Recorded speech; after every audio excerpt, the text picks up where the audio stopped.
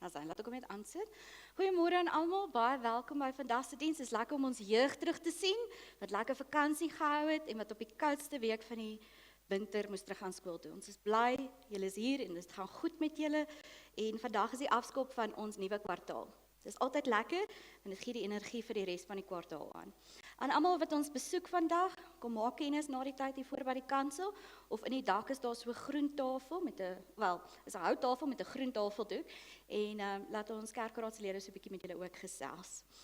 Vandag is ek dink vir my in meer as een opsig 'n dag wat uitstaan. Ons het vanmiddag ons infertiliteitswerkswinkel. En ek het gister toe ek nou voorberei bietjie deur die navorsing gegaan wat sê uit 'n gemeente van 200 is daar omtrent 15 tot 20 gesinne wat geraak word deur infertiliteit. Paartjies wat miskrame gehad het, paartjies wat hierdie ding in die gesig staar.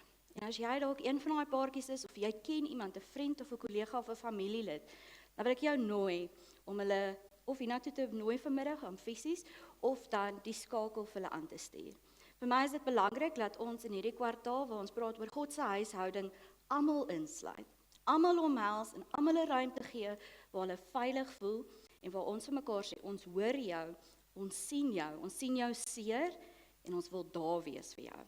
As jy dalk 'n ouma of 'n oupa is of 'n ma of pa wat dit jou gesin of jou kinders aanraak, dan is dit ook goed dat jy dit bywoon want ons leer so 'n bietjie hoe ons hulle kan ondersteun. Ek dink dit is vir my 'n mylpaal dat ons bietjie begin praat in kerke oor hierdie. Dan donderdag is die senior dagretreat by Origins. Daar is nog plek, nee Johan.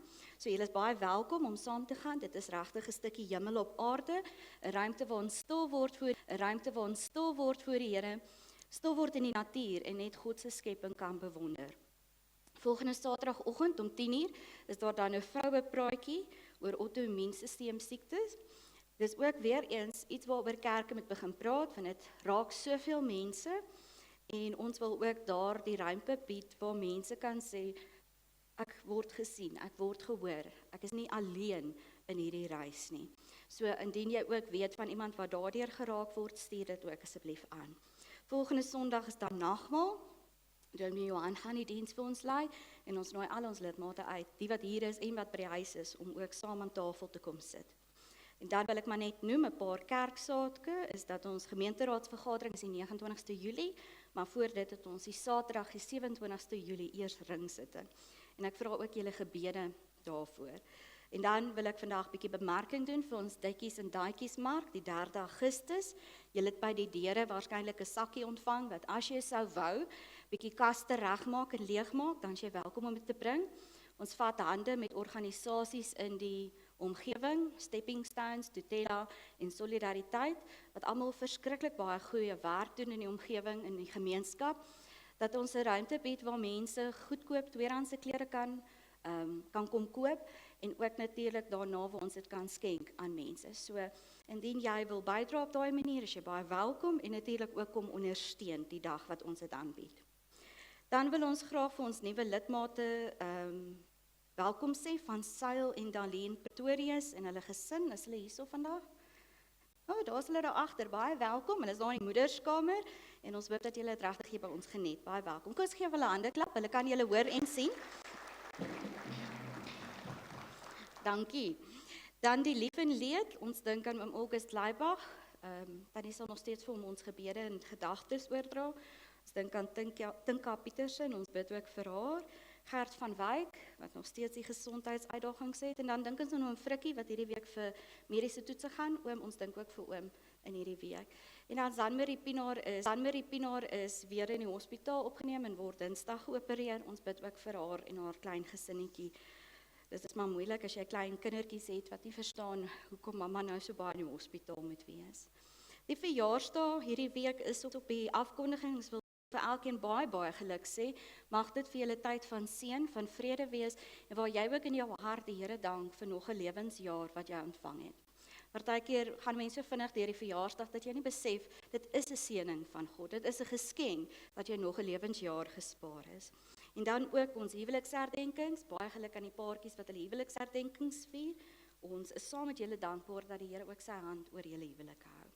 Dis wat die afkondigings aanbetref. Ons gaan 'n oomblik gee waar ons kan instel om die Here ook te ontmoet in hierdie erediens. Ek wil jy moet stil raak en ek gaan jou geleentheid gee dat elkeen met geslote oë nadink oor die afgelope week. Dink vir 'n minuut terug aan die slegte dinge wat gebeur het. Gee dit vir die Here.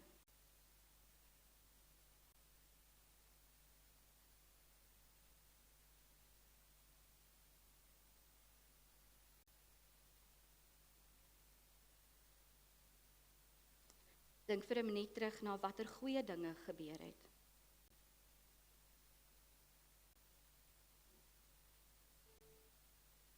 Dank die Here daarvoor.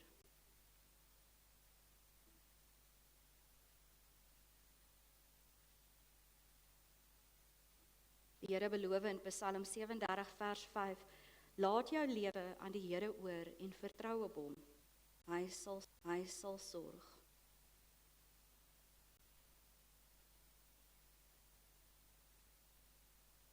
En dan terwyl jy so sit, wil ek hê jy moet jouself verbeel, jy hoor hoe Jesus die volgende vir jou sê, uit Lukas 12. Hy het vir sy disippels gesê, daarom sê ek vir julle, moet julle nie bekommer oor julle lewe, oor wat julle sal eet, of oor julle liggaam, wat julle sal aantrek nie. Die lewe is tog belangriker as kos, en die liggaam as klere. Let op die kraaie, hulle saai nie, en hulle maai nie. Hulle het nie 'n stoorkamer of 'n skuur nie. Tog sorg God vir hulle. Hoeveel meer is julle nie werd as die voëls nie? Wie van julle kan deur hom te bekommer een el by sy lewe voeg? As julle nie eers so 'n klein dingetjie kan regkry nie, waarom bekommer julle oor die res? En wil ek hê met daarop antwoord deur vir die Here eenvoudige gebed, dalk net een sin te gee vanoggend.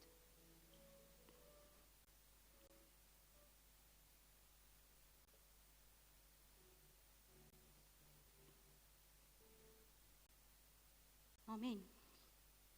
Gemeente, ek groet julle vandag met die genade, barmhartigheid en vrede van God ons Vader, Jesus Christus die Here, die lewendmaker, ons verlosser en die versoener, en deur die Heilige Gees wat in ons woon en deur ons woon.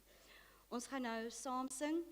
Ons begin met 'n liedjie wat eintlik vir die kinders bedoel is, maar ek dink wat so 'n bietjie met vassteek in ons eie gedagtes ook as volwassenes, sodat ons net weer die kinderlike onskuld in die lewe kan waardeer. En dan sing ons 'n paar liedere wat ons uitnooi om die Here raak te sien, ook in die skepping. Kom ons staan en ons loof en prys saam die Here.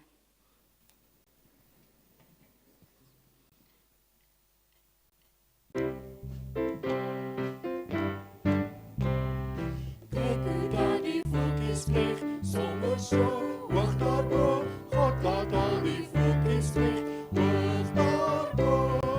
Hy doen soveel meer vir my, ek sal altyd dankbaar bly, gee my nie bekommer nie, hy is by my.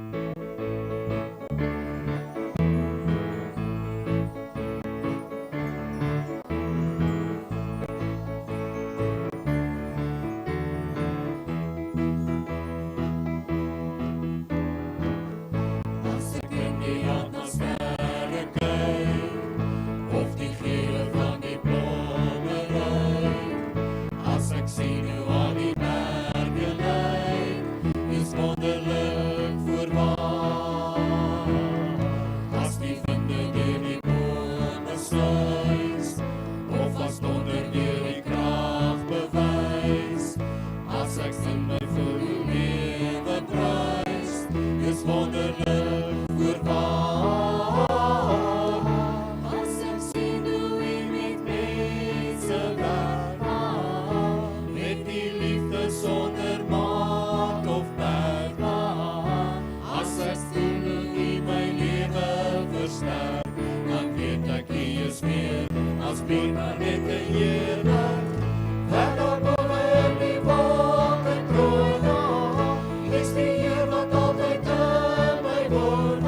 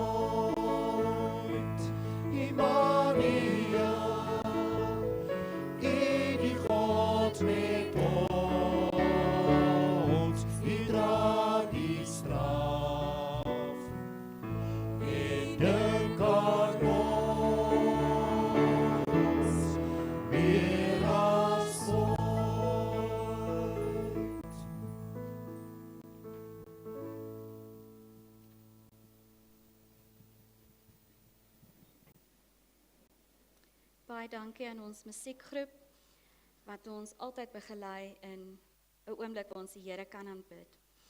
Ek soek 'n jong seun wat my kan kom help hiervoor. Ek het gedink ons moet so 'n bietjie oefen vandag in die kerk. So wie sien kans om vir ons te kom demonstreer hoe fiks is jy? O, jee, sommer so vinnig.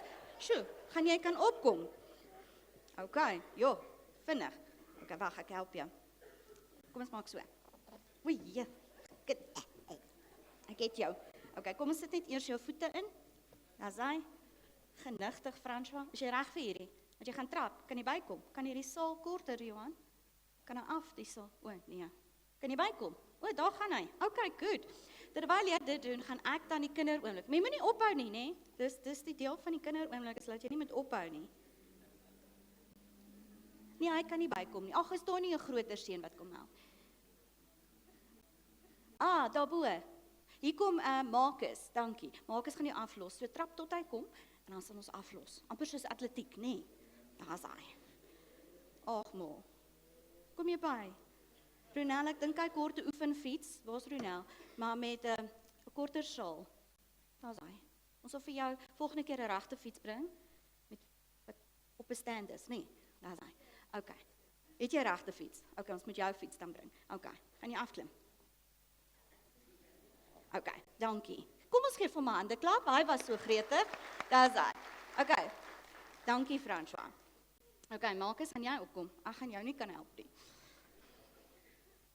Daar's hy. Ek het per ongeluk hakskoene aangetrek dat ek nie dit self kon doen nie. Goed.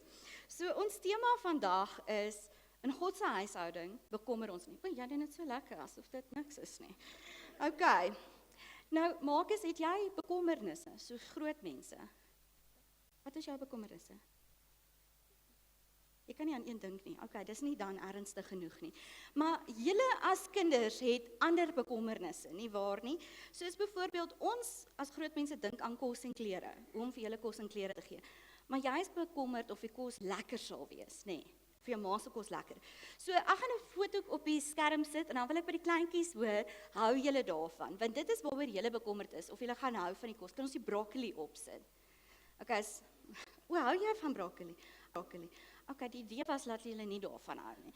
Okay, partykeer is dit waaroor julle bekommer. Gaan jou ma vanaand broccoli maak, want dis nie wat jy wil hê nie. In my huis, as ek nie broccoli maak nie, dan is een van my kinders baie dik mond. Die volgende een. Wie van julle kinders probeer altyd om die pampoen te vermy? Enige iemand wat nie hou van pampoen nie? Daar agter sit iemand daar. 2. Okay, meeste kinders hou van pampoen.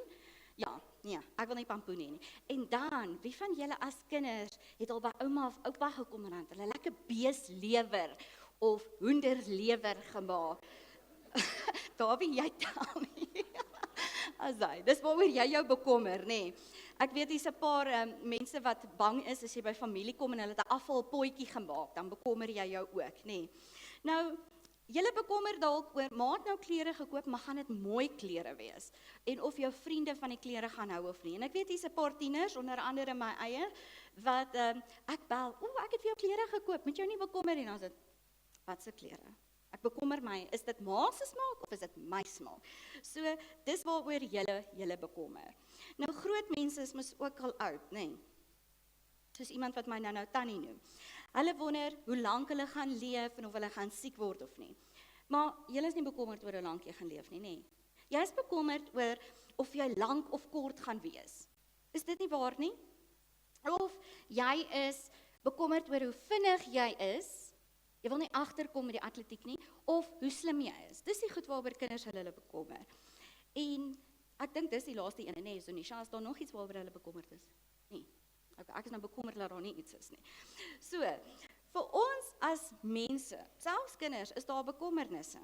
En nou vandag se tema gaan oor wat doen ons as ons bekommerd is. Jesus sê ons moet die Here vertrou. En dis waaroor hierdie teks vandag gaan. As ons hom liefhet, as ons vir hom leef, dan moet ons hom op sy woord neem, dat hy vir ons alles gee wat ons nodig het. Selfs daai klere waarvan jy dalk nie hou nie, moet jy besef, het ander kinders nie, né? So, dit is iets waarvoor ons kan dankbaar wees. En in die teks wat ons saam gaan lees, vertel Jesus van die voëls in die lug, waarvoor hy sorg, die blomme in die veld, en hy sê, weet jy, ek sorg vir hulle. So die volgende foto is die een van die sade, is ek reg, die kraai wat die sade eet. God sorg vir die kraaie. En in die Bybel sien ons talle verhale waar hy kraaie gebruik om te sê, maar ek sorg vir julle. Niks gaan met jou gebeur, want ek sorg vir die kraai, jy's meer werd as die kraai. En dan die volgende een, ek sorg vir die blomme in die veld. En dis die mooi kosmos. Dit is altyd vir my so mooi as ek verby kosmosse ry. Ek wil altyd stop en 'n paar pluk. God sorg vir daai blomme. Hy sorg dat op die regte tyd op hom en al daai dinge. En dan die laaste ene, hy sorg vir die gras in die veld. Nou vir jou is dit nou 'n no-brainer, maar weet jy wat? Daar's voëls, diere wat daar binne in die gras bly. Nou wonder julle seker, hierdie arme kind ry net die hele diens fiets. Wat nou? Wat beteken dit? Bekommernis is soos fietsry, veral op so 'n tipe fiets. Jy kom nêrens nie. Jy bekommer en overvink en van alle kante af. Hier's 'n paar ja's, ek sien die koppe gaan, ek wil amper 'n amen hê. Dit is hoe bekommernis is. Jy ry en jy trap hierdie ding oor en oor en oor. Jy kom nêrens nie. Jy kan hom maar afklim. Is jy bly? Ja. Dankie. Geef hom 'n hande klap. Ek glo jy gaan nou vir altyd onthou jy moet jou nie bekommer nie, nê. So, ek wil hê elke keer as jy nou dink aan 'n fiets en jy sien 'n fiets wat daar verbyry op die straat, dan dink jy, daai ou het hom nie te veel bekommer nie want hy is darmal op die pad. Maar as jy nou soos ek is en jy het nou nog nie eers op die fiets geklim nie want jy bekommer jou te veel gaan hierdie fiets my gewig kan dra, dan is jy nou eers 'n bekommerde mens. En dan moet jy nou veral oplet vandag dat God sê vir ons.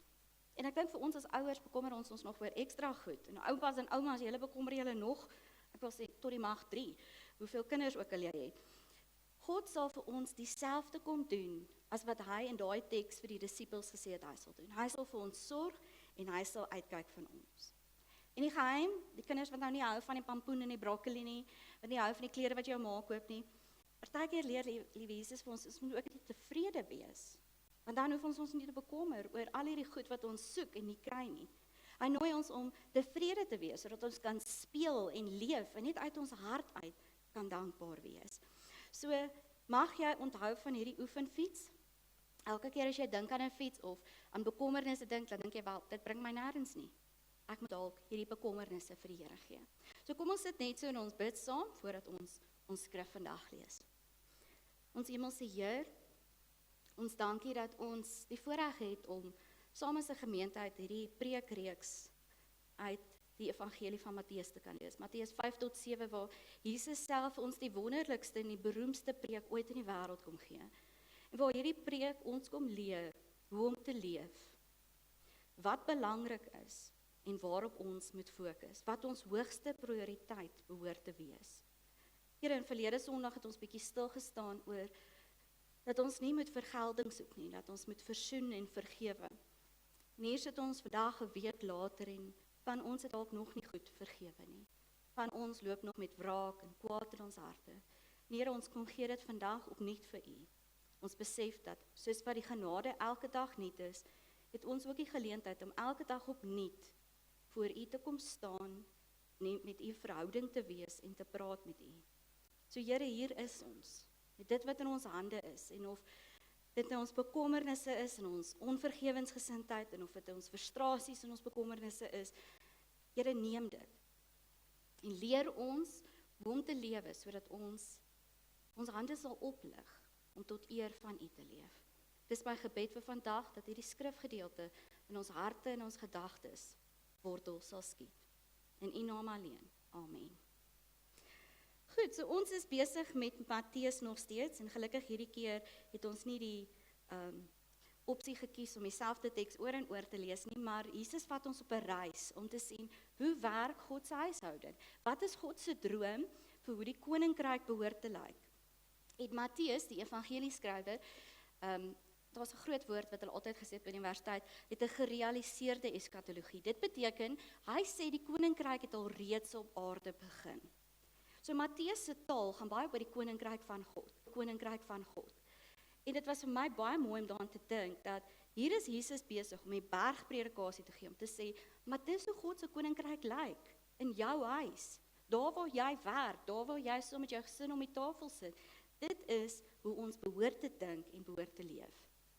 So, dit maak die koninkryk van God nie net iets daar, eendag as ek doodgaan en hemel toe gaan nie, die koninkryk is ook nou al hier.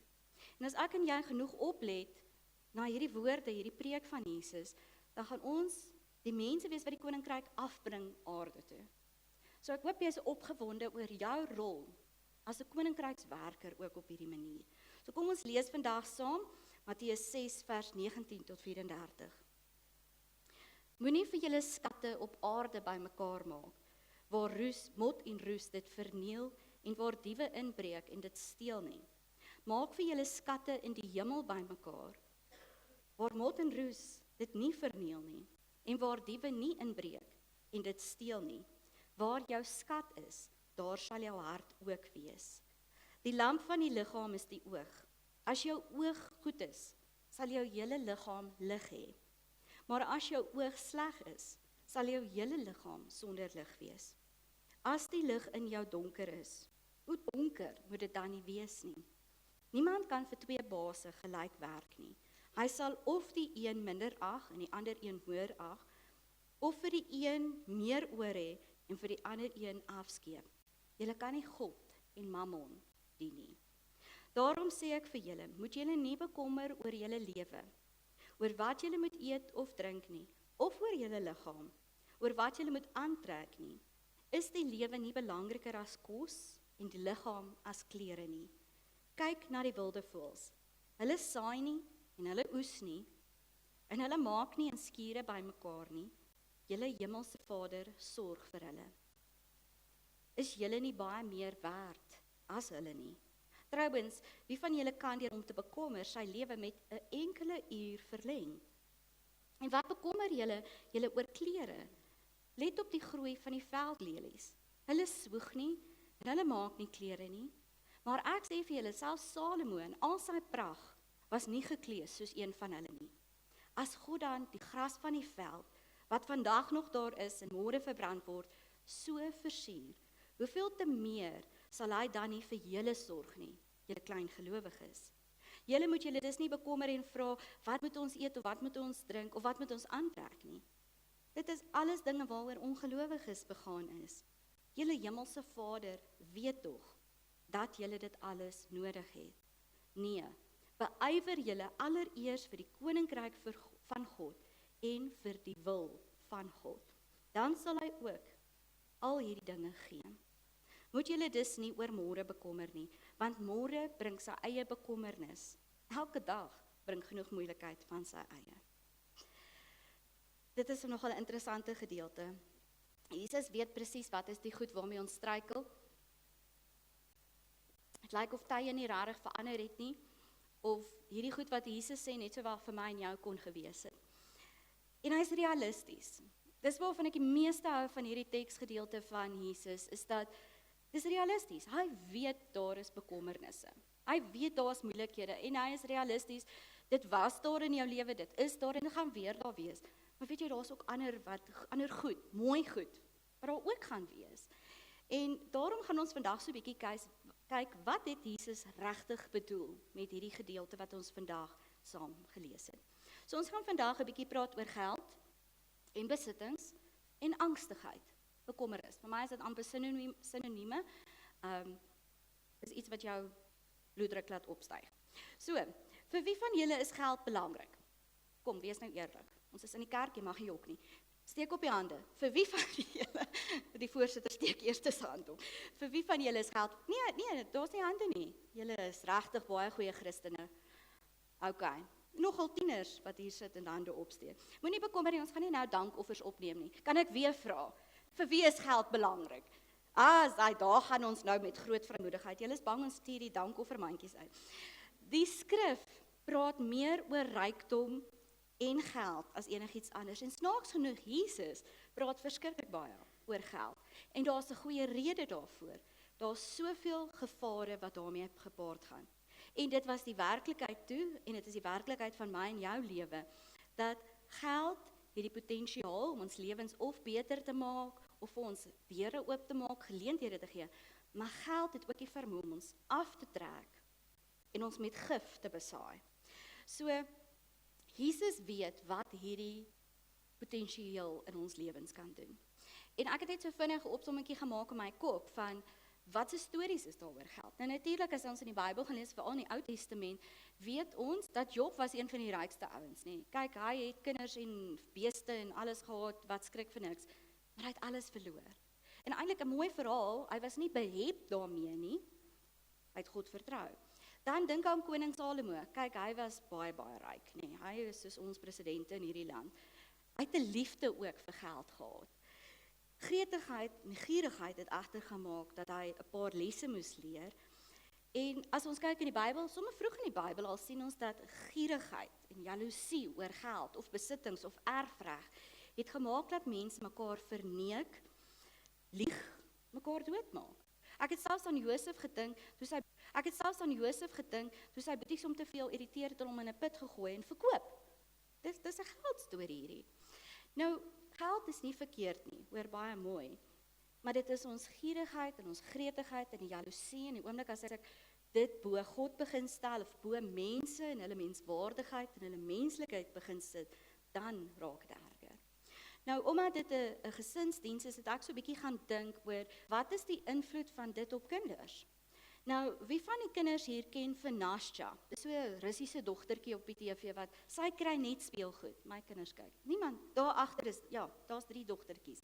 Nastja is hierdie dogtertjie en haar pa, hulle maak video's. Sy kry net speelgoed van speelgoedwinkels af om hierdie video's te maak.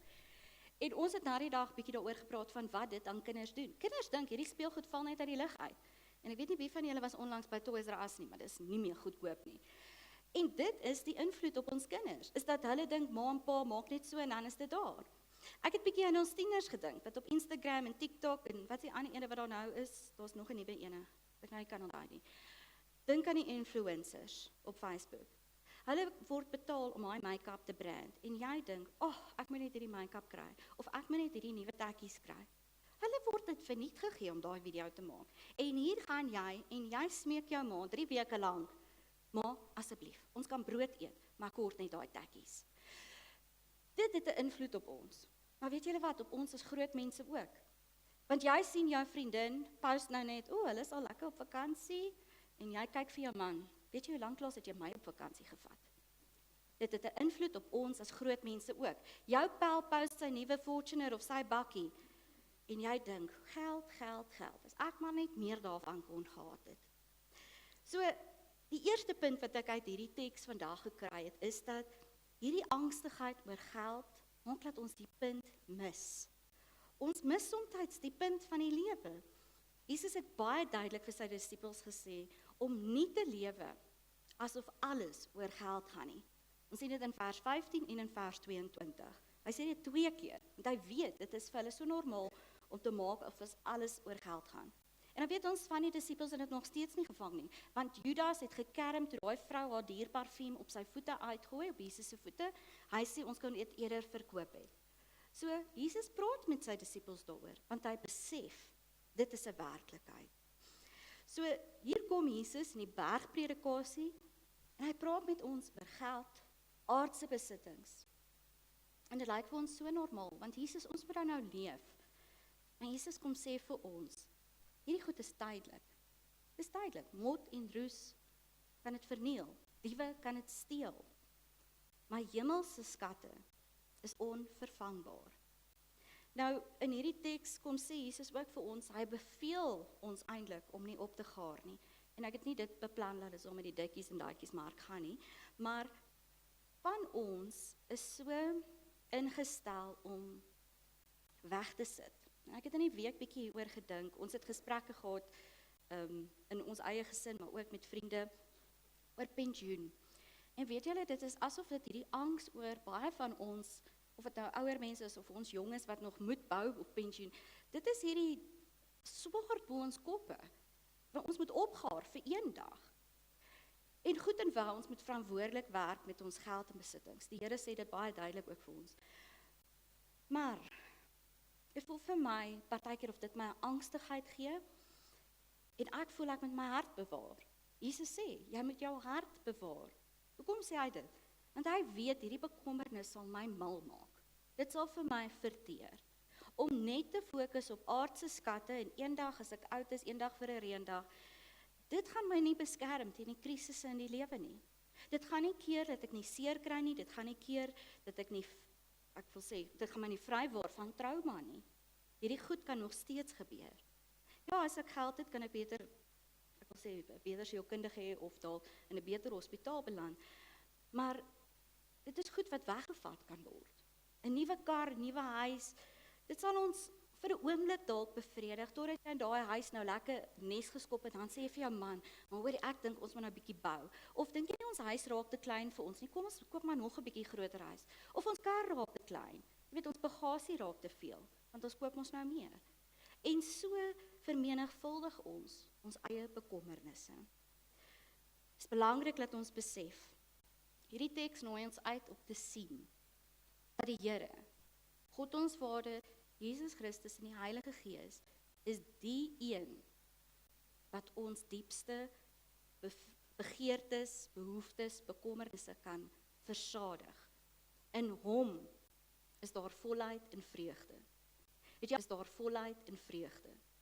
Het jy al gekyk na mense wat jy weet, hulle het baie verloor. Hulle het hulle werk verloor, hulle het dalk finansiële druk en hulle het selfs dood in die familie. Hulle is nog steeds dankbaar. Hulle leef nog steeds naby aan God.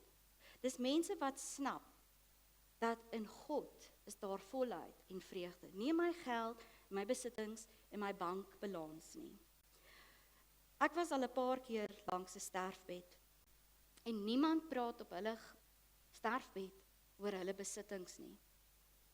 Die familie begin planne maak, maar die een wat sterf, praat nie oor hulle geld en hulle besittings nie. Vir hulle gaan dit oor verhoudings. Dit gaan oor hulle verhouding met God reg te maak. Dit gaan oor die verhouding waar ek weet ek het iets om reg te maak, 'n saak om reg te stel, of ek met iemand vergewe, of ek wil ten minste weet daai persoon vergewe my voordat ek hierdie aardse bestaan verlaat. En ek dink ons moet daarmee 'n bietjie rekening hou. Daai goed gaan nie saam met jou graf toe nie. Dis nie soos die Egiptenare wat in Tutankhamun se graf al hierdie goud saam met hom gesit het nie. Dit is nie hoe dit werk nie. So ek wil 2 vrae vra om jou hart 'n oomblik te toets vanoggend. Eerstens, wat is dit wat jou gedagtes die meeste vul? Byvoorbeeld, is dit die posisie by jou werk, of wat jy nog moet hê, die bekommernis, hoe gaan ek eendag van my kinders universiteit toe stuur, of as ek maar net 'n groot raak, vat 'n oomblik. Dis jou saak tussen jou en die Here. Wat is dit wat jou gedagtes die meeste vul? En dan die tweede vraag, om jou hart te toets. Wat is dit? Daardie ding, daardie persoon, waarsonder jy nie kan wees nie. As dit weggeneem moes word, weet jy, jou hele wêreld sou in mekaar tuimel. Jou lewe sal beïnvloed wees. Die kans dat die tweede antwoord iets is wat nie aan geld gekoppel kan word nie, is baie groot. Jou gesondheid, jou geliefdes, jou hoop, jou standvastigheid in die Here. Is goed wat ons dalk probeer vashou aan, maar wat ons weet, die oomblik as ek my gesondheid verloor, of as ek 'n geliefde verloor, of as ek my greep op die Here verloor, dan sal my hele lewe beïnvloed wees. En dis hoekom ons nodig het om te sê, waarvan is ons harte vol? Want jy wil fantasties sing oor 'n vol hart rol uit by die mond. Hy het eintlik by Spreuke gaan steel net so te invloed. Hierdie goed wat in ons harte is, hierdie goed wat in ons gedagtes is, dit speel uit in ons lewens. En ek weet nie van die tieners weet al agtergekom nie, maar jou ouers se bekommernisse speel baie keer uit in hulle bye in die huis, in hulle gedrag. En ek wil nie hulle daarmee verontskuldig nie, want ek is self 'n ma. Maar ek wil hê julle moet besef dat julle as kinders het 'n rol ook om vir jou ouers te sê, as jy sien hulle ouervink, hulle is op die fiets wat nêrens gaan nie, om hulle te sê, ma, pa, kom ons bid hieroor. Kom ons gee dit vir die Here. Daar's nie ouderdom te beperking op disippelskap nie. Julle as jong kinders kan vir jou ouers sê, ma, pa, kom ons gee dit vir die Here. So ek wil vir julle vandag huiswerk gee. As jy sien jou ma of pa stres te veel, praat met hulle asseblief. Die tweede gedeelte waarby ek 'n bietjie wil stil staan is dis so 'n bietjie 'n moeilike teks in die middel van hierdie preek wat Jesus sê, hierdie lamp van die liggaam, die oë is die lamp van die liggaam. En ek het so 'n bietjie gaan kyk, dit lyk of dit eintlik net so in die middel van Nowhere inkom, maar toe ek nou 'n bietjie gaan oplees, toe sien ek, Hy praat eintlik van 'n gesonde oog. 'n Gesonde oog is wanneer jy deel met ander, dan gee jy lig. Maar mense wat opgaar en gierig raak, hulle oë, hulle siele raak eintlik donker, want hulle word geestelik blind. Hulle kan nie die lewe of mense evalueer nie. Hulle sien God en God se voorsienigheid nie meer raak in hierdie wêreld nie. So dit is hoe daai teksie maar in hierdie een beland het. En dit is 'n oorgang na die volgende deelte, waar Jesus praat oor, dis of God, of dit is geld. En die taal wat Jesus hier gebruik is eintlik baie kras. Hy sê, is mammon, geld, jou Here, of is die Here Jesus Christus jou Here? Jy kan nie twee gode dien nie. So in essensie sê hy, geld kan 'n afgod word. Ons almal het geld nodig om te leef, ons besef dit. Maar ons kan ook te behep word daarmee, dat dit ons verhouding met God beïnvloed, of selfs besoedel. En ek dink Jesus het geweet, ons is van nature beperk om op twee goed tegelyk te fokus. Dis of God se koninkryk en geregtigheid, of dit is jou eie welvaart, mammon. En hoeveel jy in terme van besittings en goedere kan bymekaar maak. Nou, vir die kinders, julle dalk al van hierdie woord mammon gehoor. Dit is nie eintlik 'n persoon nie, maar in die Grieks probeer dit sê, the wealth that you trust. So geld kan hierdie afgod word. Maar dit is nie soos 'n persoon wat nou hier staan nie. Dis hierdie abstrakte ding, waar jy die hele tyd net dink aan geld. Die antieke semitiese term daarvoor is, the treasure a person puts trust in. En dit sê dit eintlik vir my beter. Die oomblik as ek my vertroue in geld probeer sit, en nie in die Here nie, dit is wanneer die Here sê, ons is besig om 'n ander God te dien. Om God se sorg te ervaar, is waaroor hierdie teks gaan. En daar is nog 'n dieper rede, en ek dink dis eintlik die punt van alles, is dat God in staat is om vir ons te sorg. Dis die punt wat Jesus so duidelik probeer maak. Jy kan op God vertrou, jy moet op God vertrou. Jy hoef nie na mammon en die wêreldse dinge toe te gaan nie, want God is in staat, hy's capable om vir jou te sorg. Inteendeel, daar is nie iemand anders soos God wat vir jou kan sorg nie. Nou die tweede ding van angstigheid of bekommernis is dat dit maak dat ek vergeet wie ek is. Ek is so besig die hele tyd met my gedagtes en my plannetjies in my kop en somme in my kop te maak en ek droom daarvan en alles. Maar dis amper die goue draad hier deur alles, is dat bekommernis beïnvloed my identiteit, want ek dink dit hang alles van my af. Oor die planne wat ek kan maak, oor die maniere wat ek uitweg kan vind, en dit maak my oop vir angstigheid. Want Jesus kom sê vir ons, moet julle nie bekommer nie, maar nou probeer ek Here oor my eie lewe speel. En ek besluit, wel, ek gaan hierdie, Here, ek weet jy sê jy voorsien, maar jy doen dit nie vinnig genoeg nie, en nie, ek wil sê die bankbalans is nie hoog genoeg nie, so ek gaan my eie planne maak. En dan is ons eintlik op die oefenfiets wat nêrens kom nie, want ons kan niks sonder die Here doen nie. Gewoonlik as iemand sê, moenie stres nie, dan stres ons, is ek reg? As jy nou oproep moet maak, ons praat dan nou, Paas Christian, toe sy ma die oproep kry, het gister sy sleutelbeen gebreek, toe sê iemand waarskynlik vir jou, Tia, moenie bekommer nie, nee, moenie stres nie. Ek moes nou die dag 'n oproep doen, toe ek Chantal en Chris moes bel met Kershawn wat geval het. Moenie stres nie, maar hy sou kan, dan stres ons eers. Maar weet julle, wie kan ons glo? As hy sê, moenie stres nie, moenie bekommer nie. Dit is Jesus Christus. Ons kan regtig op hom vertrou, as hy die een is wat sê, moenie bekommer nie. Gaan kyk na die kraaie, gaan kyk na die blomme, gaan kyk na die gras. Moenie bekommer nie.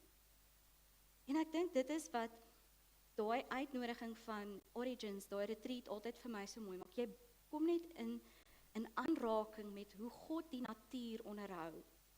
Johan vertel my in die week, jy het Psalm 8 gebruik, om selfs aan die kleinste muurtjie te kyk en te sê, maar kyk hoe onderhou God hulle. Ek en jy is groter belang, dit klink nou 'n bietjie arrogant, maar die Bybel sê dit, ons is meer werd as kraaie vir die Here. Ons is meer werd as mossies. As jy gaan kyk nou hoeveel keer die Here kraaie gebruik het om hierdie ding mee vas te maak, sal jy verstom wees. So ek het so vinnig gaan kyk wat se tekste praat daaroor. Hy voer die kraaie en hulle kleintjies. Ons lees daarvan in Matteus, ons lees daarvan in Genesis, in Job, in Psalm 104, 145, 147. Dis 6 keer wat hy praat oor kraaie. Hoe hy sorg vir hulle. En hy sê vir ons is meer werd as hulle, ons is meer werd as emosies. Anders as die ryk dwaas in vers 8, gaar die kraaie nie op nie. Hulle nes is net so groot. Hulle het nie skure nie, hulle het nie 'n backup nie, dis dit. Hulle bekommer hulle nie oor die toekoms nie. Hulle vertrou op God. Want as jy stres, as jy jou bekommer, dan vergeet jy dat jy meer werd is as die voëls. Jy vergeet dat jy gemaak is na God se beeld. Jy vergeet dat Jesus gesterf het vir mense en nie vir kraaie nie. Sal God vir die voëls sorg en nie vir sy eie kinders nie? Nee, hy sal vir ons sorg. En ek het nogal daaroor ook gedink is dat ons moet hierdie tekste vasmaak in ons harte en begin fokus op God se voorsienigheid. En ek bedoel regtig erns hiermee maak. In 'n wêreld wat al hoe meer begin praat oor geld, dat selfs ons kinders al bekommer is oor gaan ek genoeg geld om universiteit toe te gaan? Hoe gaan ek eendag 'n huis koop? Julle, dan is daar mos iets fout met ons samelewing. Ons as gelowiges moet in God se voorsienigheid kan glo. Ons moet die doktrine reflekteer van God se voorsienigheid. En as ons kyk na die Bybel, dan sien ons van die begin af het God gesorg. Hy het vir Adam en Eva gesorg al was hulle stout.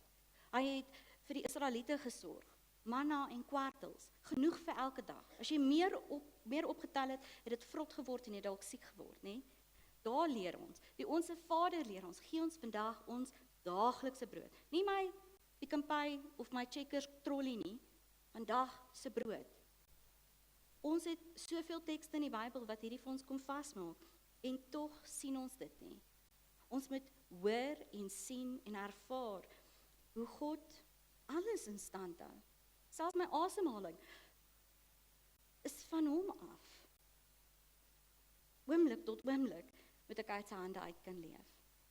As ek kyk na die natuur, dan moet ek sien God is betrokke in die groei van alles. As ek sien hoe 'n bolletjie wat ek geplant het in die winter begin uitloop, moet ek God raak sien. En soveel te meer sien hy ons raak en is hy betrokke. En ons moet ons waarde aan hom erken. Ons is die kinders of die Engelse sê altyd prized possessions. Ons is die, ek wil sê daai luukse, rare item wat jy nie meer kry nie. Ons is dit vir God. Ons is sy mees kosbare, hooggeagte besitting. En daarmee sê ek nie die Here sien ons as 'n iets, as 'n objek nie. Ons is alles vir hom. Ek dink so 'n bietjie te dikwels aan die goed wat ons nie het nie. En ek wil julle gou deel van 'n gesprek wat ek en my ouer dogter, die middelste dogtertjie die week gehad het. Haar sussie het verjaar, so sy het speelgoed aan haar kop gehad. Het ek een aand vir haar sê, sussie, kom ons dink nou gou aan wat het jy? Want jy dink nou aan alles. Sy verjaar eers Desember, maar sy vertel my nou al, ek soek dit en ek soek dit en ek soek dit vir my verjaarsdag. Dat ek op 'n stadium vir haar sê, kom ons dink aan wat jy het. Kom ons sê vir liewe Jesus dankie daarvoor. Want daai te klein babiehuis waaroor jy kla, weet jy daar's kinders wat so ene wou hê. En dit was nogal interessant hoe sy toe nou vinnig backtrack. My maatjie het dit, maar dis nie dat ek dit wil hê nie. Jy weet, want ek nou oor jaloesie ook sommer gepraat en moenie ander mense so goed begeer nie. Kom sy uit by maatjie in haar klas en sy sê, weet mamma, hy het nie klere nie. Ek gaan vir hom van my klere gee. Nou, so dierbaar. Sy is 'n dogtertjie. Sy wil vir die seentjie van haar klere gee. Toe besef ek, sy begin verstaan dat hierdie goed is onverdiend. En ek sal aanhou om hierdie gesprekke. Ek het eers so 'n bietjie skuldig gevoel van, sjoe, jy weet, ek wil nie hê sy moet dink ek manipuleer haar later nie. Maar mens met die boontjie mos maar buig terwyl hy jonk is, nê. En ek het net besef, ons as 'n huisgesin moet hierdie waardes, hierdie uitkyk op die lewe van ons kinders wys, dat die Here sal voorsien. Dat hy altyd voorsien het. En dat dit sy belofte is, dat ons is kosbaar vir hom. So diep, dat Christus gestuur is. Die derde ding waarop ek wil stilstaan is, angs en bekommernis grens amper aan sonde. Nou dit is nie in die Bybel staan daar nie, dit is sonde nie, maar dit grens vir my so aan. Bekommernis is amper 'n vorm van ateïsme. Want hoe kan ek baat vind by God se woord as ek nie glo in dit wat hy sê nie? As ek hom nie op sy woord wil neem nie. En daarom kan ek nie die wysheid en die liefde van God net ontken en sê, "Wel, ek gaan maar my eie planne maak. God kom nie deur nie." Wanneer ons dink die Here, die beloftes is te ver, dan glo ek nie. En dis hoekom Jesus in hierdie teks vir die disippels sê, baie sterk, julle klein gelowiges. Volgens psigiaters word bekommernisse of angs veroorsaak deur chemiese wanbalans in jou kop. Iets wat jy nie kan help nie. Maar Jesus sê, angs of bekommernis is ook ongehoorsaamheid. Want jy glo nie wat hy sê nie. Jy glo nie dat jy hom op sy woord kan vat, dat hy sal voorsien, soos wat hy beloof het nie. Die oplossings lê by God. En daarom wil ek die volgende aanhaling op die skerm gooi, asseblief Sonisha. Hierdie is geskryf deur Maurice Roberts. It is our folly that we allow ourselves to look at life's problems as if they were somehow isolated from God. The mere thought of God should end all anxiety. If God be God, there's no insoluble problems exist. Al ons probleme is dan weg. There is in God just exactly what is needed to solve every riddle of life. Panic is the sinful failure to apply our knowledge of God to particular problems. Peter looks at the waves and begins to sink. Panic is possible only when God is obscured from our thoughts, wanneer ons God uit ons gedagtes kry, by visible circumstances. There's no situation in life too hard for God. The impatient urge to resign and run away when times are trying is unworthy of the sons of God. Life's secret very largely consists in holding God in our thoughts as much as possible, and especially in the times of fear and need. Dis mooi, nee? Dit sit nie 'n punt agter al ons bekommernisse nie. Maar dit sit so 3 kolletjies wat sê, dink daaroor. Dat dalk as jy meer vertrou op God, as jy glo jy kan hom neem op sy beloftes, dan sal jy sien dat bekommernis eintlik baie onproduktief is. Dat jy op die fiets is wat nêrens heen gaan nie. Jy kan daai tyd van bekommernis eerder gebruik om te aanbid. Om dankie te sê vir wat jy wel het. Om die Here te loof en te prys. Die laaste ding wat bekommernis kom doen is, dit maak ons soos die wêreld. En ons is van hierdie wêreld, maar ons is nie in hierdie wêreld nie, soos Paulus sê. Ons moet sien dat vir hierdie Jan of Piet om 'n nuwe kar, 'n luxer kar te koop, bring hom partykeer maar net in die verkeer te sit. Lisa wil haar kaste groter bou, sy wil 'n groter kombuis hê, want sy wil dit al hoe meer klatter daarin sit. Om haar vriendinne te beïnvloed waarvan sy nie eers hou nie. Sy wil Le Creuset en Carol Boyle sê, dit sy nooit gebruik nie, want dit is onprakties. Maar sy sit hierdie druk op haarself, want dit is waarvan die wêreld praat. Die tieners het hierdie ding van, ek moet lyk soos die wêreld, ek moet hierdie influencers of hierdie sterre op die TV of wat ook al op Netflix, ek moet soos hulle lyk. En dit maak ons angstig. Dit maak ons angstig as ons nie dit kry nie. Want ons raak dan soos die wêreld. En die uitnodiging is dat hierdie teks sê vir ons moenie so lewe nie. Gelowiges moenie so lewe nie. Psalm 127 vers 2 sê, te vergeefs dat jy vroeg opstaan, eers laat tot rus kom, kos eet wat moeisaam verkry is, net sowel gee hy dit aan sy geliefdes in die slaap. Jou bekommernisse bring nie veel uitkomste nie. Jou gebede wel. Paulus sê dit wel in Filippense, dat maak jou begeertes my bekend, deur danksegging, deur smeking. En tieners hoor mooi, daarmee nie smeek jou ma of pa nie, smeek die Here. En daar ook nie smeek, Here, as jy dit nie vir my gee nie, dan baken jy met God, jy gaan nie meer sy kind wees nie. Hierdie smeking en danksegging gaan oor die verhouding wat jy met God kan hê. So, as ek kan opsom, hierdie teks kom wys vir ons, dat bekommernis nie in God se huishouding hoort nie.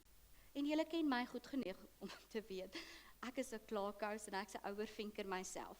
So hierdie preek was eerstens vir my, en dan sal ek met julle deel, sodat julle saam met my probeer, dat ons 'n gemeente sal wees, wat ons nie so bekommer oor aardse goed nie, oor hoe die Here gaan sorg nie. Dat ons saam 'n gemeente sal wees, wat eerder ons hand in God se hand sit, soos Petrus wat uit daai boot uit klim, en wat daai geloofsmoed het, om te sê, Here, as dit U is, beveel my om na U toe te kom. In die oomblik natuurlik toe hy nie God erken vir wie hy is nie, toe begin hy sing. So kom ons wees 'n gemeente wat God sien en vertrou, en dan gaan ons nie sink nie.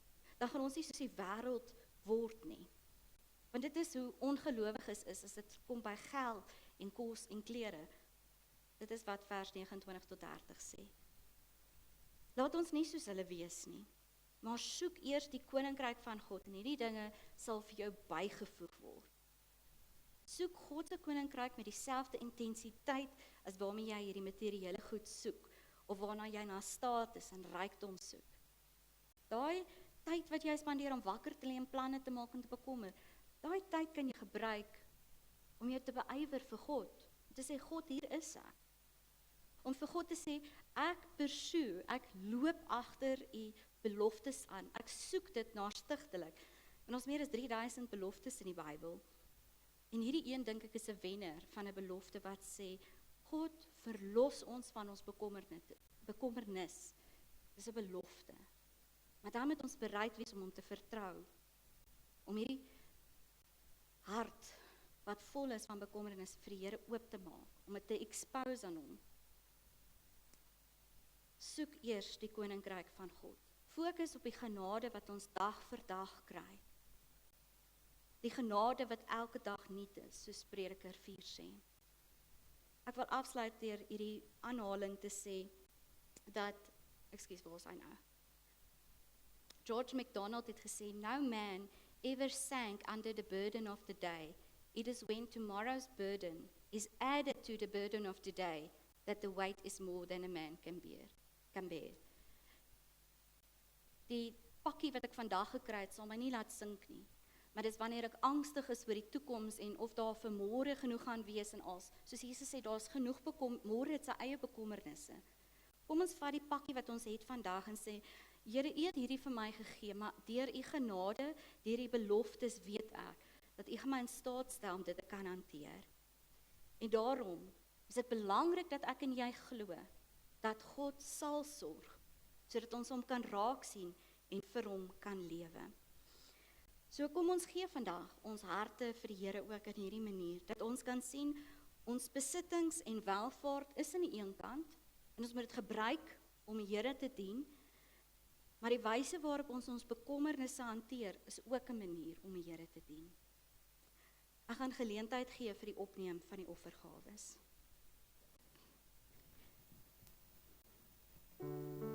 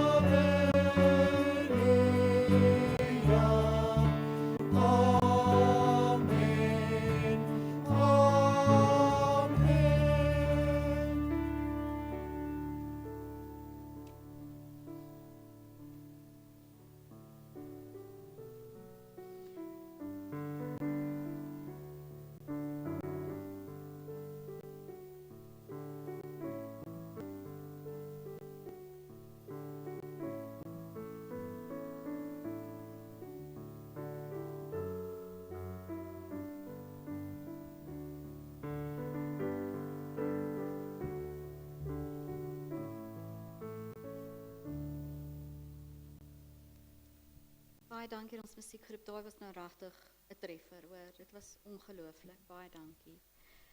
Voordat ons 'n gebed doen vir ons offergawes, wil ek vir u die eweknie van die bergpredikasie lees uit Lukas 12. Moet ook nie soek na dit wat julle moet eet of drink en daaroor besorg wees nie. Dit is immers alles dinge waarna die nasies van hierdie wêreld soek. Maar julle Vader weet wat julle nodig het. Soek eerder sy koninkryk en hierdie dinge sal vir julle bygevoeg word. Moenie bang wees nie, klein kindertjie, want julle Vader het dit goed gevind om die koninkryk aan julle te gee. Verkoop julle besittings en gee vir liefdadigheid. Maak vir julle beursies wat nie vergaan nie, 'n onuitputlike skat in die hemel, waar 'n dief nie kan bykom en geen mot kan verniel nie. Want daar waar julle skat is, daar sal julle hart ook wees. Kom ons sit net so en ons sluit die oë. Ons hemelse God en Vader, ons dankie dat U vir ons die middele gee en voorsien dat ons kan leef. En dat ons al hierdie dinge wat ons so vanselfsprekend vat, nie altyd waardeer nie. Maar dat ons ook partykeer so gefokus het op wat ons nie het nie, en na meer, en na beter en vinniger, dat ons nie herken wat U van ons vra nie. Here, help ons om in lyn te wees met U wil vir ons lewens en vir hierdie wêreld. Maak ons koninkrykswerkers, koninkryksdraers en boodskappers van hoe U wil hê die goddelike huishouding moet wees.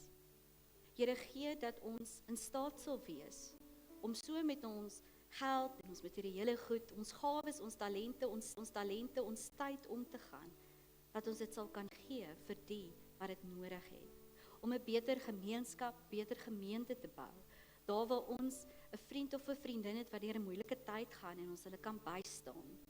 Here, gee vir ons maniere en geleenthede om raak te leef waar ander dalk voel God sien hulle nie.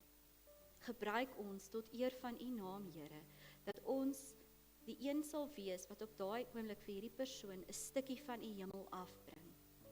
Dis my gebed vir ons gemeente en al die bedieninge wat ons het, dat ons in lyn sal wees met U wil. En wanneer ons wysheid kort kom, wanneer ons op die verkeerde pad is, Here, help ons om in lyn te kom met U pad en U wil vir ons. Ons dankie, Here, vir al die goeie gawes uit U hand. Aan U alleen die eer. Amen. Voordat ons slotlied sing, wil ek ons jeugraad vra om almal af te kom. Ek wil hê julle moet gou op die verhoog staan. So as al die jeugraad terwyl ons sing, net kan afkom en die voorkom staan asseblief. Wie wat nou van ver af kom, julle kan maar opstaan met die middel. OK, daar's hy. Dankie. Kom ons staan en ons sing saam met die lied.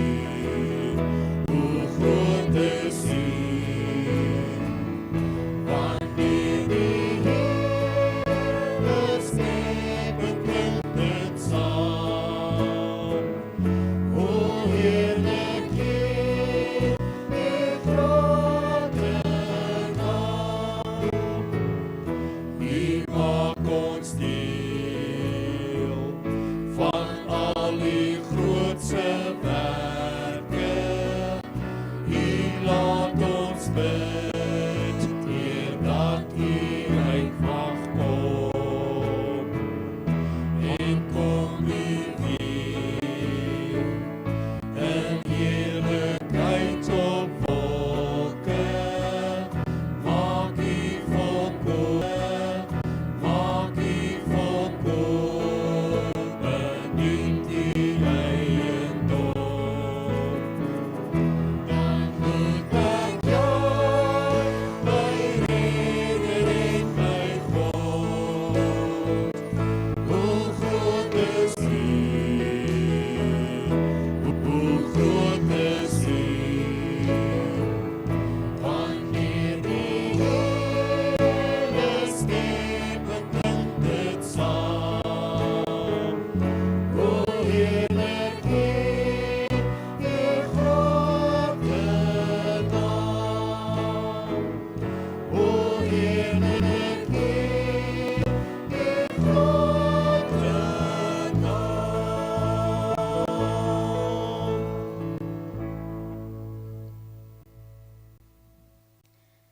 Ek het die jeugraad gevra om hier voor te kom staan omdat ons 'n nuwe kwartaal ingaan waar hulle vir ons met ywer die gemeente gaan help dien. En hierdie kwartaal ook gaan uittrek na ander jeug. En ek glo dat julle saam met my sal stem dat ons hulle vandag moet seën. So terwyl julle so staan, wil ek julle met julle hande uitstrek dat ons jong gelowiges, ons jong leiers van die kerk moet seën vandag, ook vir die werk waarvoor hulle sê ons sien kans om die Here se koninkryk te bring. Ek doen 'n gebed vir julle.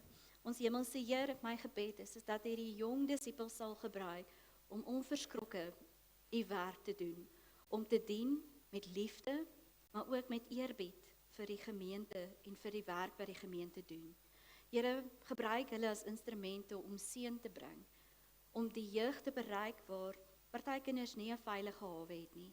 Mag hierdie die beste tyd van hulle bediening wees, Here, maar gebruik hulle ook, lei hulle, en gee hulle die wysheid wat hulle nodig het om die jong leiers in hierdie gemeente te wees. Ons bid dat U elkeen van hulle sal seën om te groei en te ontwikkel in die mense wat U wil hê hulle moet wees. In U naam alleen. Amen. Nou is dit julle beurt om hulle te seën. So terwyl ons so staan, gaan hulle hande uitstrek en saam met my die seën vir julle gee. Ek wil julle nooi om saam met my 'n responsoriese wegsending te doen, waar julle dan nou die gedeelte sê, Heer, wees ons genadig. So dit gaan op die skerm verskyn. Ons sal nie vir 2 base tegelyk werk nie, daarom sal ons U nie afskeep nie. Heer, wees ons genadig. Ons sal ons ook nie bekommer oor ons lewe, oor wat ons moet eet of drink nie, of oor ons liggaam of wat ons moet aantrek nie. Heer, wees ons genadig. Ons hemelse Vader weet dat ons dit alles nodig het. Daarom beywer ons allereers vir die koninkryk van God en vir die wil van God. Heer, wees ons genadig. Die genade van God, die liefde van Jesus Christus en die gemeenskap van die Heilige Gees sal by julle wees. Amen.